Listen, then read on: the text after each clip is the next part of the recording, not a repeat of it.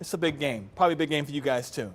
No question about it. The excitement down at the casino is growing already. People are reserving their spots to come watch at the sports book. Yeah, why not? And yeah, it's the game we're certainly seeing the most action on this week. Other than, I will say, there's a fair number of Bears fans in town. I know we'll get to that. Oh wow, okay. And so we're excited for the game this weekend. Alabama is currently a 3-point favorite, but at -115 as opposed to the normal -110. It's now dropped. And it's actually 3 as of right now. When I headed so this it's dropped way. to 3. Do you think that's warranted?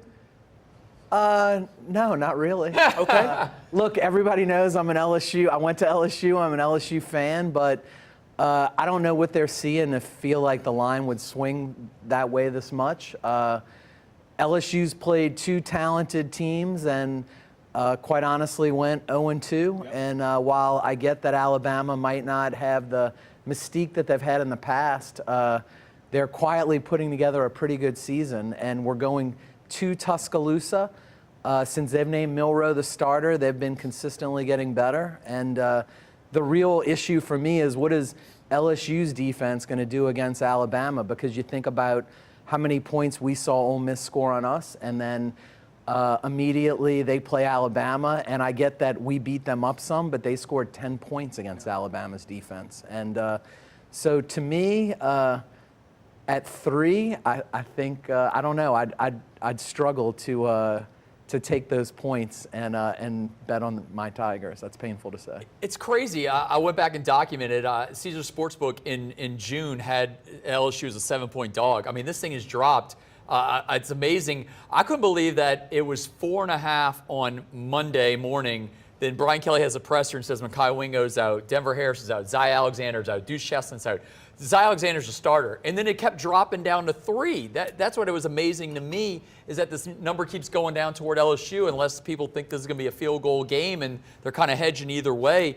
I mean, I know one thing. You're an LSU fan. You could have still got it at 6 in the summer. You'd like 7, even tease that up to 7.5.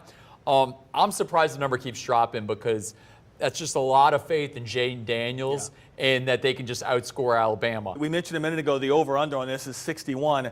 I don't know if that's high or not, because I feel like it can go either way. So one thing, just to update again, 61.5 as of when I walked out of the here we go, updated. a while ago.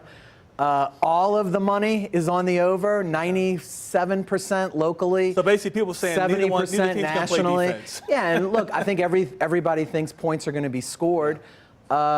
I would tend to lean over myself. That's a pretty tasty total. And Samir's also got some good stats. Samir, now this is not going to be a shock to anyone, including me.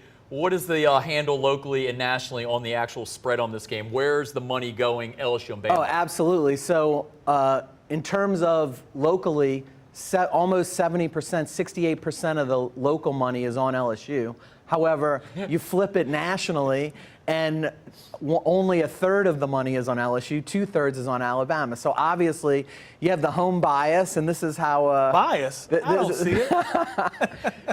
This is how my business stays successful nationally, because we spread all that risk locally across the rest of the country. Yeah, and well, at least LSU and Bama fans can't agree on much, but they're both agreeing on that this is going to be a high-scoring contest. Yeah. This is not going to be game of the century. You and I were in Tuscaloosa for an entire week in 2011 when the score was 9-6. One of the most.